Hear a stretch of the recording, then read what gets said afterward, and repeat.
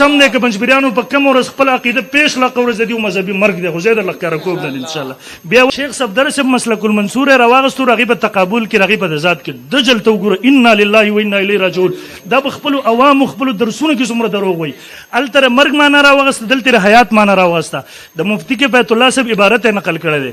بریلیانو هغه اعتراض چې د رسول الله صم روح مبارک میلادونو مجالسو ته راځي نو مفتي کې بیت الله صاحب لیکلی دي چې رسول الله صم په خپل قبر کې حیات دی روح به جسد پرېږدي راځي به هغه مراله دلته دره نقل کړي کوم چې د دجل لوکو پرېښودو چې هغه به جسد پرېږدي راځي به نو که په دې صورت کې خدا توهین د تو یہ صورت علاوه اس کی بے ثبوت ہے باعث توهین ہے.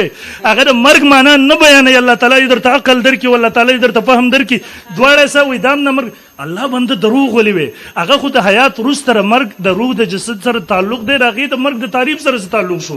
دریم نمبر اگر اس جسد اثر سے روح مبارک کی مفارقت اور جدائی مانی جائے تو آپ کا قبر میں زندہ ہونا باطل ہو جاتا ہے. یو خدا مفتی کی بیت الله سے عبارت نقل کړه خپل نه دی. دویم نمبر اگر حیات په وخت کې یعنی یو خو مرګ د په دنیا کې راغی روح د جسم نه په هر صورت کې راشه کیفیت اختلاف هغه په خپل ځای دی.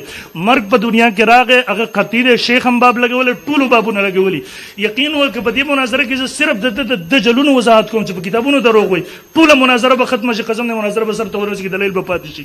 خو یو کتاب پلان کې دا لیکل او کشمیری حواله خوشبو والا عقیده صرف خپل ټایم په خپل عقیدې د پیش کولو به ان شاء الله قیامت کې صبح تک ته توفیق نه ملوي. پنځپیرانو کار هم داري قسم دی که پنځپیرانو په کوم ورځ خپل عقیده پیش لا ورځ د دې مذهبي مرګ دی خو زه درله ښکاره کوم نه ان شاء الله.